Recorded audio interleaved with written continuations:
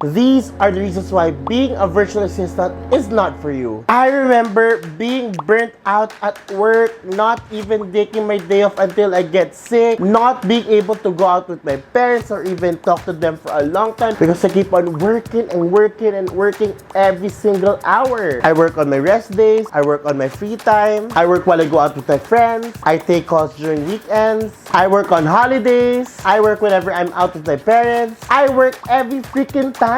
Yung wala na akong social life at all. Then one day, I got so sick at bigla na lang bumagsak at doon ko na-realize na it is not worth it. It's not healthy for me. All of those for a salary that's less than 20,000 pesos sa isang buwan. Nakakaloka, di ba? Ganyan ako sa corporate world. We deserve a balanced life. We deserve to work within the work hours only. We deserve to go out with our friends. We deserve to take a vacation. Deserve natin maglaro at magsaya. At deserve natin mag-bonding with our family. Dapat balance ang buhay natin. At yan ang naging buhay ko simula naging virtual assistant ako. Flexi time ako, everything's convenient kasi grabe, I can work from home or anywhere I want. Hindi ko na kailangan mag-vacation leave para lang mag-travel. Wala na akong nakakalokang mga commute moments. Meron na akong mga me time. At may quality time na ako sa pamilya ko. All of this with a very competitive salary monthly. Yung tipo nakakaloka, mas mabubuhay ka para dito kaysa sa buhay mo yung unang panahon. Hindi pa ganun ka nakakapagod. At kung pwede siya sa akin,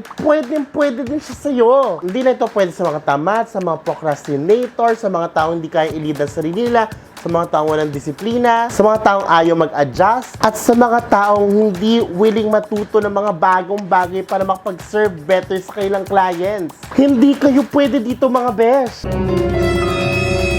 Tatlong bagay lang mga hinahanap dito, besh. Mga taong willing matuto ng mga skills na kailangan para makapag-serve ng maayos sa mga clients nila. Mga taong kaya mag-adapt at mag-embrace ng changes. At mga taong masisipag at madiskarte. Kung ikaw yon, then ano pang hinihintay mo? Take that leap of faith and start applying now. At the end of the day, deserve nating lahat magkaroon ng balanced life, stress-free work environment, and competitive monthly income. Kaya kung wala ka ng tatlong qualities na minention ko kanina, then this job is really not for you.